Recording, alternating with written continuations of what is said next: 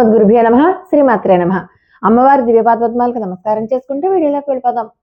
నేను 4 రోజుల క్రితం ఫ్రీగా పుస్తకం పంపిణీ చేస్తున్నారు ఒకళ్ళు అనిరుద్ధ్ గారు అని చెప్పి వారి పేరు మీద ఒక ఫ్రీ బుక్. దాంట్లో ఒక ప్రశ్న అడగడం జరిగింది.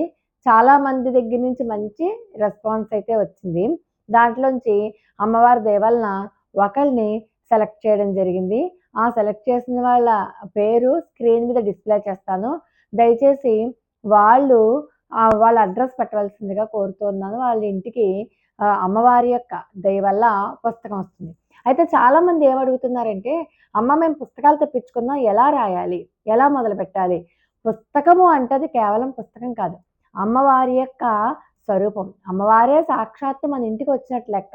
అప్పుడు మనం ఏం చేయాలి? ఆ పుస్తకానికి కాస్త పసుపు 4 వైపులా కూడా పెట్టి అమ్మవారి దగ్గర పుస్తకం దేవుడి గదిలో అమ్మవారి దగ్గర పెట్టి ఒకసారి నమస్కారం చేసుకుని ఒక సంకల్పం, నేను ఈ నామాలను నా ఫలానా కష్టం తీరడానికి, లేకపోతే నాకు ఏ కష్టాలు లేవనుకోండి, అమ్మ నీ కృప కోసం రాస్తున్నాను, లేకపోతే నా ఫలానా కష్టం, లేదా నా పిల్లలకు వచ్చింది కష్టం, ఆ పిల్లలకు వచ్చినటువంటి కష్టం తీరడానికి వాళ్ళ పేరు మీద ఇన్నిసార్లు రాస్తాను, లేకపోతే ప్రతిరోజు ఒక శ్లోకం రాస్తాను, లేకపోతే 4 శ్లోకాలు 10 శ్లోకాలు, మీరు ఎలా అనుకుంటే సంకల్పం దాని మీద స్టిక్ అయిపోయి ఉండండి.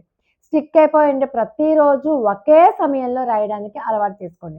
ఒకే సమయంలో ఒకే స్థలంలో కూర్చుని రాయడానికి అలవాటు చేసుకోండి. ఎప్పుడైతే మనం ఒకే సమయంలో కూర్చుని రాసామో వెంటనే మన కోరిక తీరే మార్గాలు చాలా త్వరగా తెచ్చుకుంటాయి. అయితే ఇవాళ ఒక విశేషం జరిగింది. చాలా రోజుల నుంచి ఒక అమ్మాయి భర్తతో దూరంగా ఉంటూ భర్త పట్టించుకోవట్లేదు. పుట్టింట్లో ఉంది ఆ అమ్మాయి.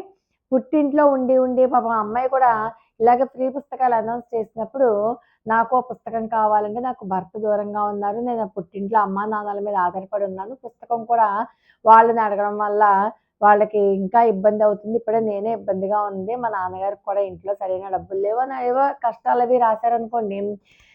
ఇలా ఫ్రీ పుస్తకంలోనే లాటరీ వేస్తే లక్కీగా ఆ అమ్మాయి పేరు తగిలింది. ఆ అమ్మాయి పేరు తగిలితే వెంటనే ఆ పుస్తకాన్ని అమ్మాయికి ఇవ్వడం, ఆ అమ్మాయి శ్లోకాలు రాయడం మొదలుపెట్టింది. 60 శ్లోకాలు రాసేసరికి వాళ్ళ భర్త ఈ అమ్మాయినొచ్చి తీసుకెళ్ళిపోయారు. ఇప్పుడు భర్తతో ఉంది సుఖంగా. అంతేకాదు వాళ్ళ నాన్నగారు స్వయంగా తన కూతుర్ని అల్లుడి దగ్గర దిగబెట్టొచ్చారు. అసలు ఏంటి కష్టం అంటే ఏవో ఉంటాయి కదండీ! పెళ్లినాటి వాగ్దానాలనో ఇంకోటనో అవేవో తీరలేదుట. అందుకని పుట్టింట్లో వదిలేశారు ఆ భర్త. అయితే ఇప్పుడు అమ్మవారి యొక్క దయ వలన ఈ సమస్యలన్నీ కూడా దూరమైపోయాయి. మళ్ళీ ఆ అమ్మాయి తన భర్త దగ్గరికి వెళ్ళిపోయింది. ఇలా 1 కాదు, 2 కాదు ఎన్నో రకాలైనటువంటి ఇవి. అలాగే ఒక ఆవిడ ఇందాక మెసేజ్ పెట్టారు. నా వీడియోస్ కింద ఉంటాయి చూడండి. వాళ్ళ అమ్మాయికి 17 సంవత్సరాలట. ఆ అమ్మాయి మాట్లాడలేదు, చురుకుగా ఉండదు, యాక్టివ్‌గా ఉండదు, కొంచెం అదో రకంగా ఉంటుంది. తన పని తను వెంటనే చేసుకోలేదు. ఇలా ఎన్నో సమస్యలన్నీ రాశారు కింద మెసేజ్‌లో. ఆ అమ్మాయి గురించి నేను లలితా సహస్రనామ పుస్తకం రాసుకోవచ్చా అని అడిగారు. ఖచ్చితంగా రాయించండి.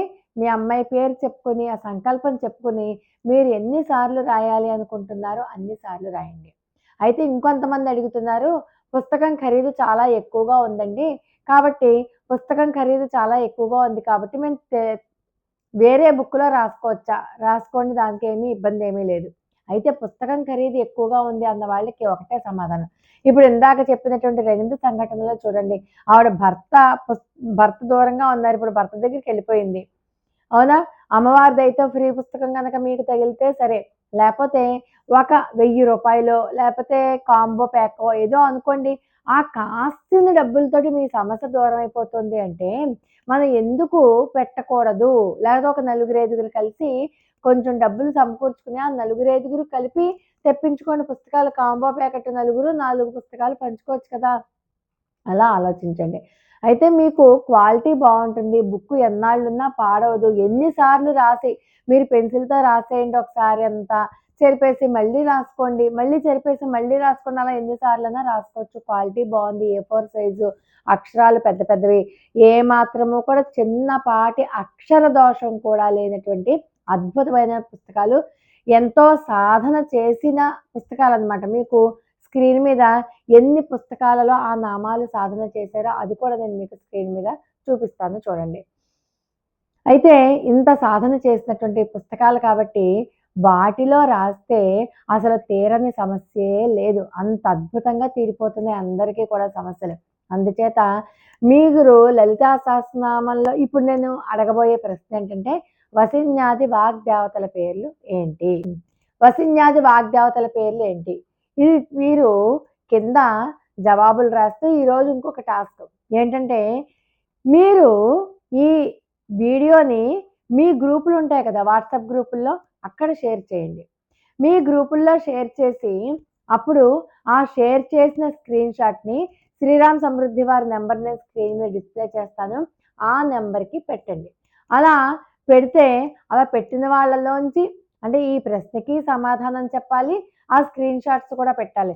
ఎవరు ఎక్కువ గ్రూపుల్లో షేర్ చేస్తారో వాళ్ళకి ఈ పుస్తకాన్ని సెలెక్ట్ చేసి మళ్ళీ లాటరీ పద్ధతిలోనే సెలెక్ట్ చేసి ఈ ఒక పుస్తకాన్ని పంపించడం జరుగుతుంది. ఆ పుస్తకం యొక్క డోనర్ పేరు అది కూడా నెక్స్ట్ వీడియోలో నేను చెప్పడం జరుగుతుంది. ఖచ్చితంగా మీకు శ్రీరామ్ సమృద్ధి వారి యొక్క నెంబర్ ఇస్తాను. మీరు ఆ నెంబర్‌కి పెట్టిన వెంటనే మీకు కేటలాగ్ కూడా ఓపెన్ అవుతుంది. మీకు ఏదైనా అవసరమైతే అవి కూడా మీరు ఆర్డర్ చేసుకోవచ్చు. ఈ లాటరీ ద్వారా ఎవరినైతే సెలెక్ట్ చేస్తామో వాళ్ళకి మరి యొక్క ఫ్రీ పుస్తకాన్ని ఖచ్చితంగా పంపించడం జరుగుతుంది. లోకా సమస్త సుఖినో భవంతు. మరి ఒక అద్భుతమైన వీడియోతో మళ్ళీ కలుసుకుందాం. అంతవరకు నమస్కారం.